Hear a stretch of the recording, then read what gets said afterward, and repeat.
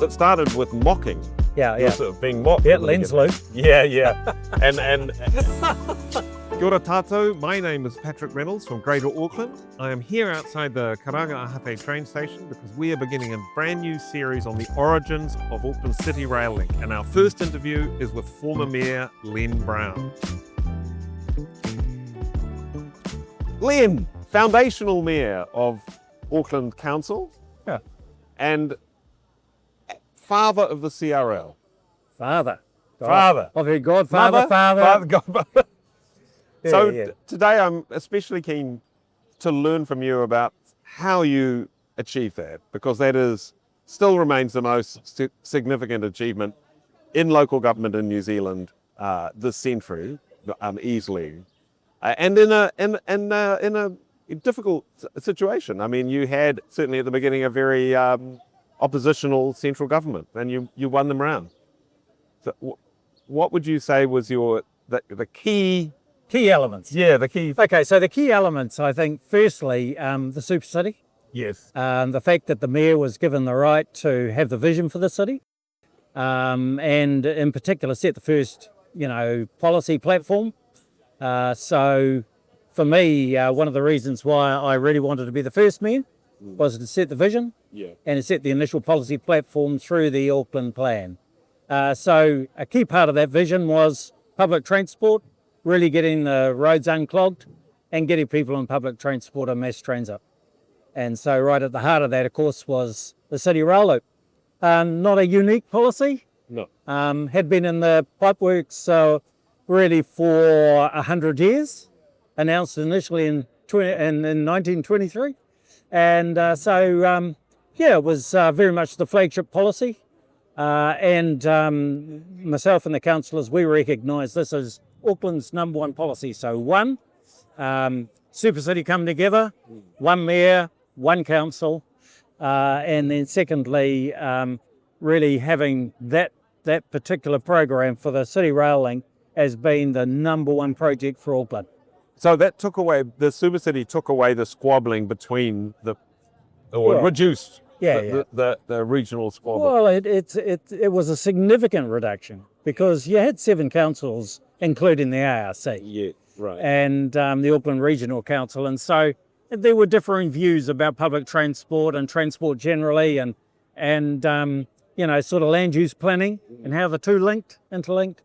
When I came in, basically, when we agreed the Auckland plan, the council was pretty much unanimous and was always at least an 18-3 vote in the City Rail Link for all of the 6 years I was the Mayor of Auckland. Fantastic. So a really strong community support.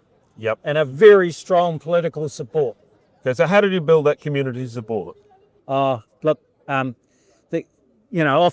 people question me about the CRL and about the Auckland Council, and it's always about, so what did this councillor say, or what did that Prime Minister say, or what did that Minister say? Really, for projects like the City Rail Link, without public support and without the strong support of, advocates in the community, it just ain't going to happen. We always knew we had at least 65% public support. We were surveying the community through all of those years. What do you think about the CRL? And there was always a strong buy-in. But in beside that were some key groups and organisations and individuals who were really pumping up the support in the community and informing the community. Gen Zero, they're huge. Those guys, heart goes out to them. If anyone from Gen Zero is listening, you guys were so important. And then, of course, what I knew then, Transport Blog. Yeah. And it was Matt and Patro. Yeah. Transport Blog was probably the most significant advocate through all of that. And, the likes of yourself and Matt were huge for providing information, independent research and assessment analysis, but also in particular sitting in the community and just getting people's feedback and then relaying it back to myself and the other leaders in council. So at Transport Blog and then Greater Auckland, we certainly witnessed a huge change in the quality of the conversation over the years and in the public. Yeah. I mean, you mirrored that with the quality of how you were received in Wellington by Yeah. central government, right? Yeah. Because it started with mocking. Yeah, You were yeah. sort of being mocked. Yeah, at the Len's beginning. loop. Yeah. And I recall some speeches by ministers. But then eventually, Oh, I record them too, although mostly.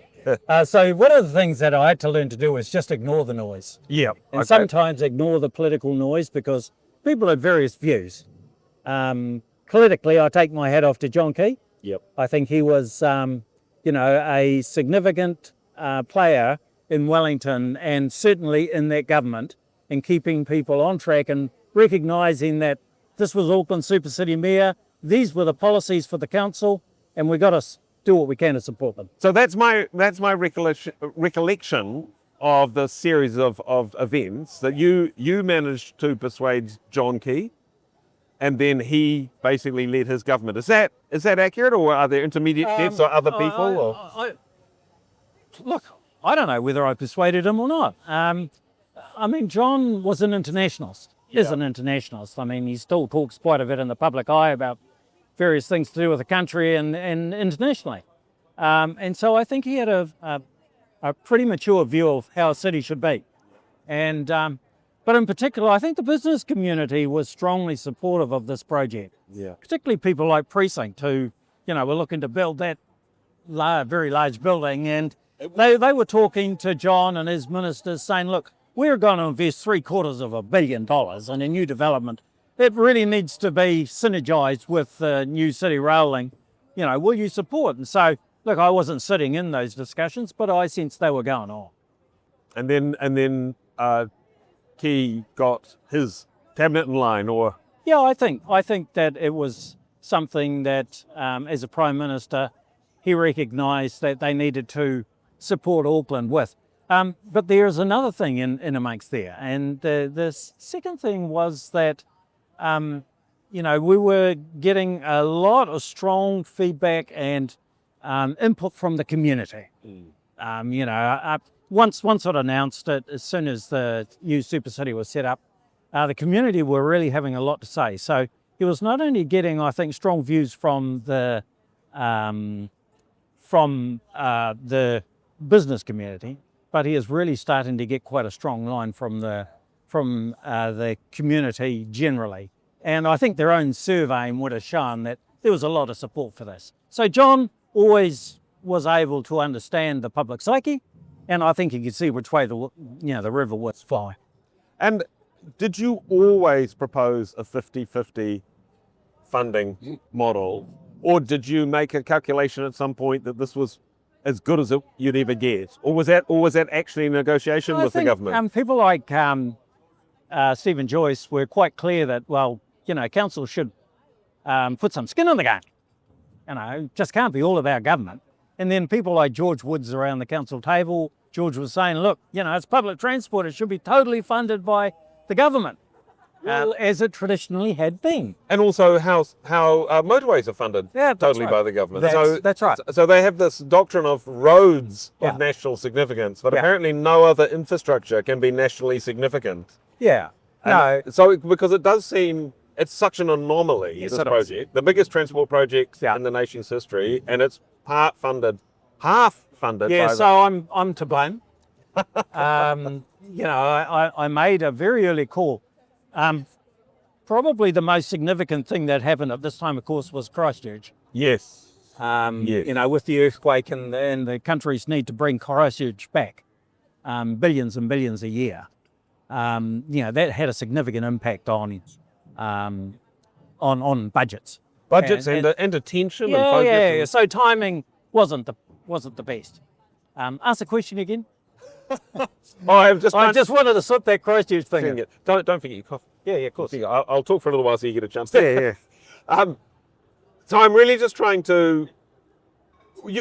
Did you make a calculation? Yeah. That it was you were unlikely to get it Yes. over the line with central government unless you ponied up with quite a really significant part of the capital cost. Yeah, thanks for bringing me back on track. So, the issue of costings after post-Christchurch, it was going to be really difficult. Yeah.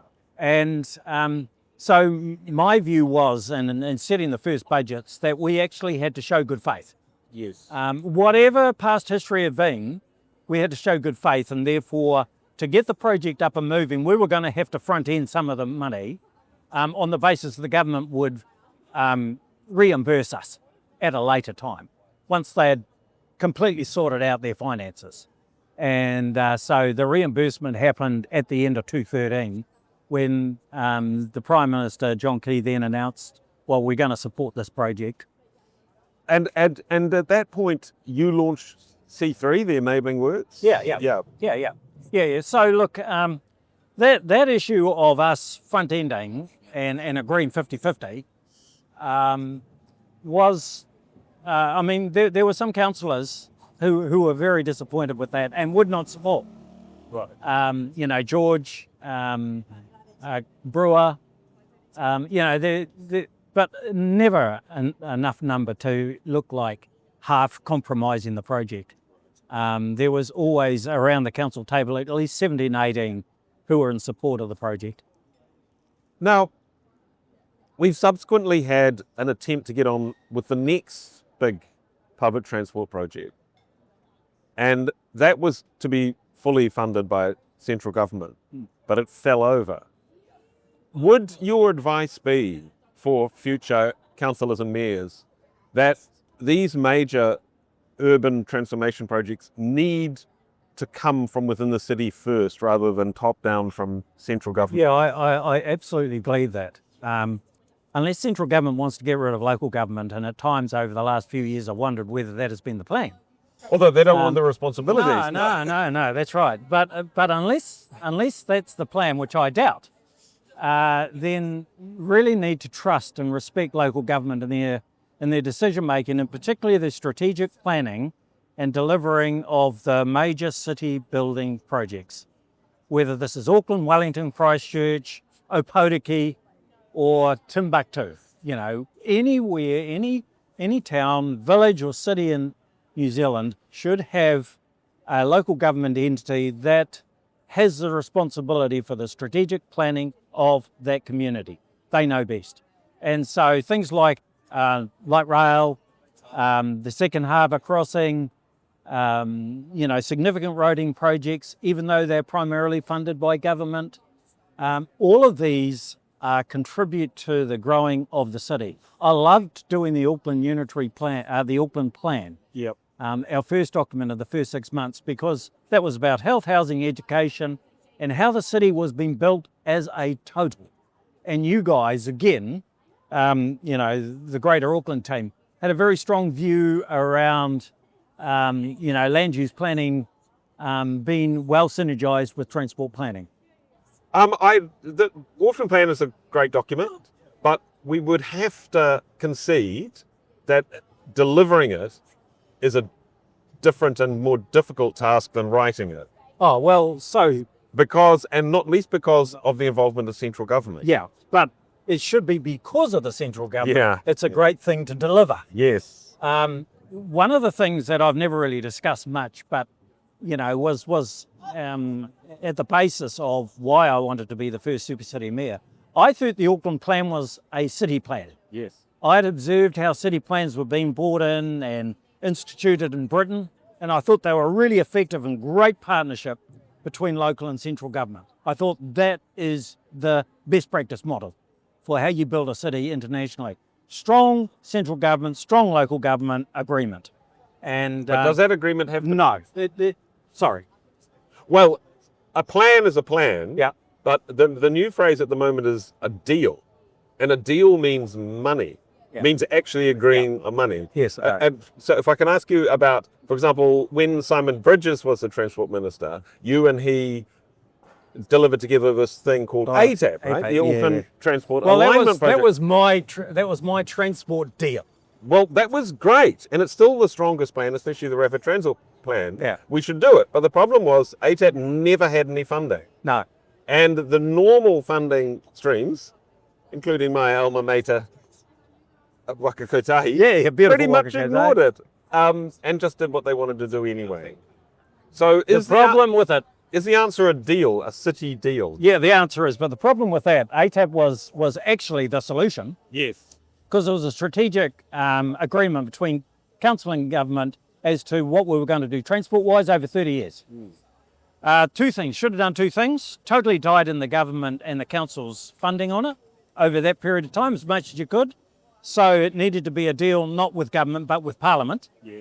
And the second thing that we really needed to do was stick it in law. Yes, I needed It legislation. needed to be legislated like the Yeah. regional land transport plans, Right. which basically we should have done away with and said the regional land transport plan for Auckland, this is it, ATAP.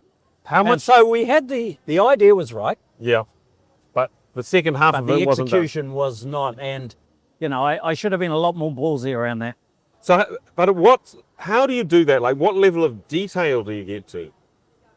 This interests me enormously. Oh, I mean, it's strategic, so you don't Yeah. get, you know, So it's, business plans. it's lines You on a know, map. so as soon as you have, this is our strategic direction from all the best data we've got, all the best analysis, all the best information from global cities. Yep. This is the way forward. As you go into each of those projects, you know, that make up that strategic document, the Auckland Plan, as you go into them and look to fund them fully and in reality, then you do your business plan for Treasury. Yeah. And, you know, I mean, if you try and write it with a business plan 30 years out, No, you can't. forget that. So practically you address what the reserve, what the Treasury's concerns always was a lack of business plan approach. You mean business case? Yeah. Yeah. I have some experience with these. To some degree. They're not perfect. No, not at all. I mean, I'm absolutely, obviously in favour of economic evaluation of anything we do, but business cases seem to me to be being used to do planning instead of having a plan and then using the business case model to sort between options within the plan. Look, it's it got wasn't- elevated. It's not my favourite analysis. No. And so you can call it what it is. It was being used quite a lot to try and sink the city rail link. Yeah. You know, Yeah, the I various remember. agencies were talking about it, Yeah. you know, the fact that it did not stack up, you know, in terms of cost-benefit ratios. I remember And, some very amusing claims by the ministry in particular, but Yeah, yes. that's right. Yeah, well, we had a Ministry of Transport who I felt at times were Ministry of Roadie. And so nowadays, Quite they take literally. them, yes, they were. I mean, And- I remember the director, CEO, I can't remember what you call them, the head of MOT at the time, seriously advocating for ripping up the entire nation's road network and paving it for Oh. trucks. Oh, well, Quite seriously. yeah, well, proposing it. you know, that's just what we were dealing with in 2010. Yeah. And what had been the norm since the mid-50s when we basically kissed goodbye to public transport in Auckland. So, I think this is unfair. I shouldn't really ask you. Oh, I'm sure you're going to, whatever it is. Well, I was going to. What would? This is a bit of crystal balling or a bit of fantasy Merrilsy. Were you suddenly rushed in as an emergency, As a sub. as a sub, as you know, the other Brown, That's right. Well, Brown- we can have a me for Auckland, but it's only going to be a Brown. and then Brown the first. What would be your focus now? In this planning, land use and transport area, your priority focus? I don't think there's one. No. I actually think that the latest agreement around land use planning, which is a bit up, bit out, well, that's really what the Auckland Plan and the Unitary Plan was about. Yep. Let's densify, but also recognise that, you know, for affordability's purpose, we need to go out of it too. So I think the land use planning is by and large in place. With Plan Change 120. Yeah, I that think was so. this week. Very good. Yeah, right? yeah. Yep. Very hard to build affordable homes in the inner city area unless you address the hyper concern of character, you know, homes. So there needs to be a balance in that, and I think that by and large struck it. So in terms of transportation, I just think there are two projects that we can't sit back off. I think the light rail program. You know, we've got gridlock with buses and cars in the isthmus, and the data is clear. if you have any interest in data, it's very clear you've got to put mass transit in and around the isthmus. Yep. I mean, And our marketing. predecessors had it right 70 years ago, with the trams and all that. So we really need mass transit in that area, and that will take some of the load off the outer suburbs. Secondly, it's essential to really address the issue of the North Shore and Hibiscus Bays in terms of mass transit. So the bus line's good, but you really need a second crossing. The missing modes. Look, we knew that the bridge was not sustainable going forward in terms of the clip holes. We have to deal with that. When I was the mayor, it was very clear from the agencies that it was not sustainable long term. It had to go. And also, we've only got one mode across the harbour, haven't we? I mean, look, if you compare it to Sydney right. Harbour Bridge, Yeah. so there's the missing modes, right? No, well, look, Yeah. I mean, we were working steadfastly towards tunnels, and I do think that a couple of tunnels is the way to go. Look. And what's in those tunnels? Oh, look, I've always felt that it should be rail. I really love the idea of car or bus or truck transport or all of the above in an upper level, and in the lower part of the tunnel that you put rail through, whether it's light rail or whether it's heavy rail. 6 1/2 dozen the other. I know, don't agree. I'm well used to taking your advice variously. This isn't about me today. Isn't it? Hopefully soon. That's wonderful, then. Anything else you want to? No, probably the last thing. And what I was trying to do primarily in the strategic leadership for the council was to get agreement between council and government with a clear pathway forward that private sector could back and invest in and build capacity where the country really struggles because we dip into a project and then cancel it. And I mean, that's a disaster for us as a country that really struggles financially, well, certainly increasingly is struggling financially. And secondly, for our international reputation. So agree a infrastructure plan or a city deal and then back it through all sorts of governments, red or blue. But that does require a really good process of agreement. It can't be a dictatorship of whoever happens to be in charge at that point. So how do we get that enduring agreement? That's well, it does require a total commitment to the well-being of the nation. Yeah. Because Auckland's over a third of the population, a third of GDP, and it's the significant player in the country. 40%. And if we get it right here, but then that's helpful for the nation. But there's a great deal of what's the word? It's not wishful thinking. It's rather confused thinking. For example, everybody agrees, and especially the right side of politics, that there's a productivity problem, for example, and the data supports that. Auckland has a productivity premium over the rest of the country, but it doesn't have the productivity premium of a city its size should have it by international standards. And we know that an enormous part of productivity is spatial. In other words, this is why cities exist. So denser, closer, better connected cities have a higher level of productivity. Yet we also have those same people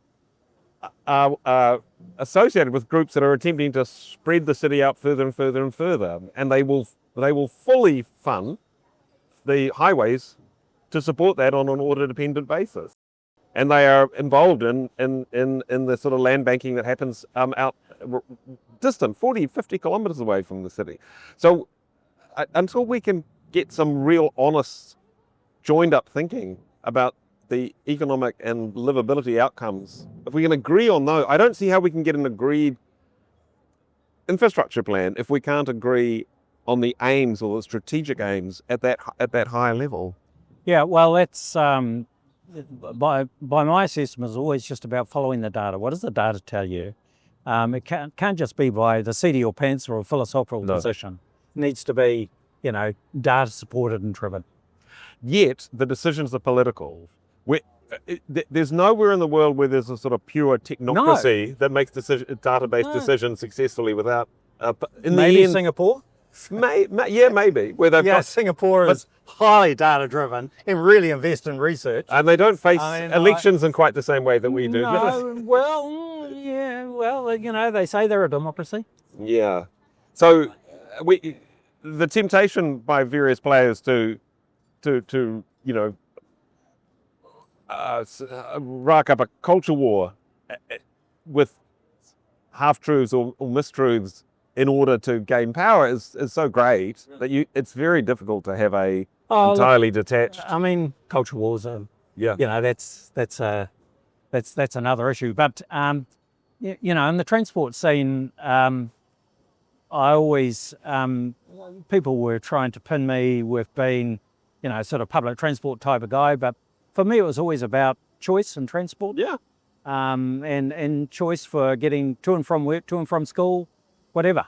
And so, it's very much having a balanced view of how you build your city and how best to respond to the city's needs.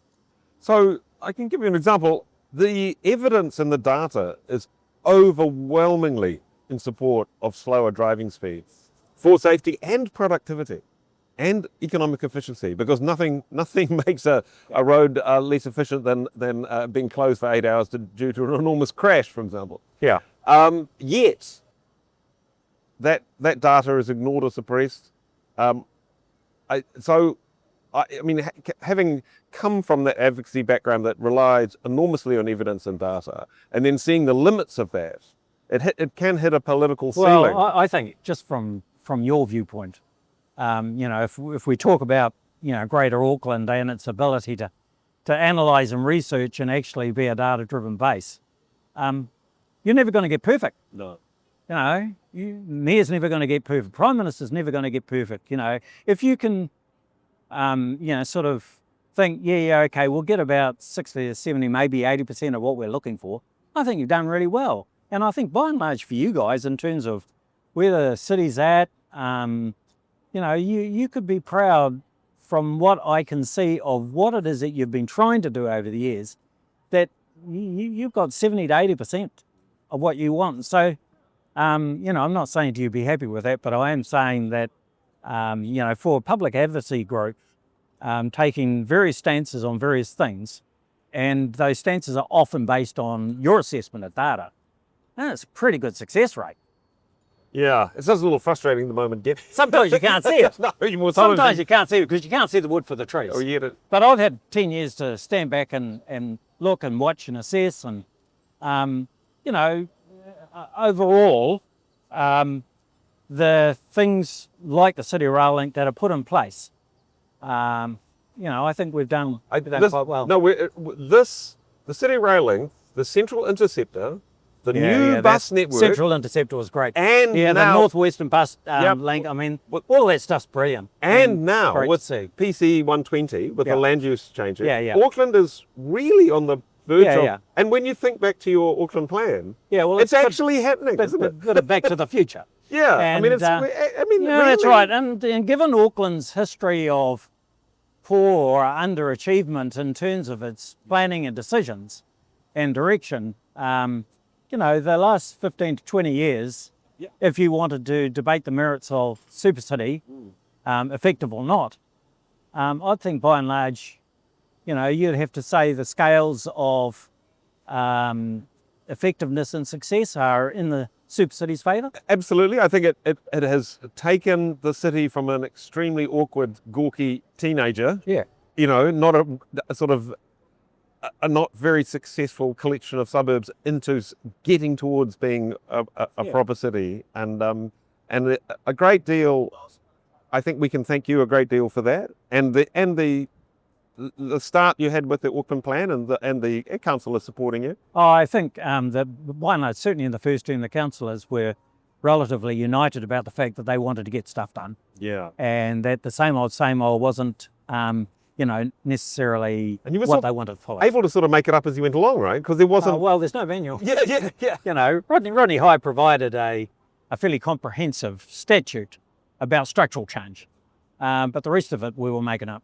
Yeah, fantastic. And look, we tried to take the community along. Loved going into the hundreds of public meetings that we had, and you guys were at most of them. So it seems to me that without the support of Precinct Properties and Scott Pritchard, the CEO, which is directly opposite from what was Britomart Station, and the tunnels needed to go under it, without that support, it would have been very difficult to proceed here. If you had a obstructive owner there that only wanted underground car parking under their building. Yeah, look, I think there were a number of things that were well aligned. Yeah. They just became aligned, timing was right. And the likes of Scott and the business community generally were supportive. But, my council, Penny Hulse's deputy, it was, people like Mike Lee and Christine Fletcher who, brought the history with them. It was a council that was really strongly committed to this project. So, I really want to acknowledge them and acknowledge the staff. Doug was great. So was Stephen in this space. Yep, Stephen Town. And then Dave Warburton, was really outstanding and just sitting beside us and making sure that the I's were dotted, T's were crossed. So it was very much a team effort, Team Auckland, and a real exemplar of how the city could go forward. I really want to reiterate. Yesterday, Chris Darby gave his valedictory, I think. I haven't seen the whole thing. I just saw it reported. And he said a couple of things. Firstly, he thanked you specifically in general about the beginning of the Super City and the CRL in particular. And he also said the thing that I've been saying for quite a long time now. If you are not there holding the scissors at the ribbon cutting, it will be an outrageous injustice. Oh God! So I do hope that there's at least an invitation to be standing in the front row at that event next year. Oh, we'll see. Yeah, well, I'll do my best if I'm anywhere near it. Yeah. Oh, thanks, Len. I think it's a good place to stop. Yeah. Thank you. Yeah, and that was wonderful.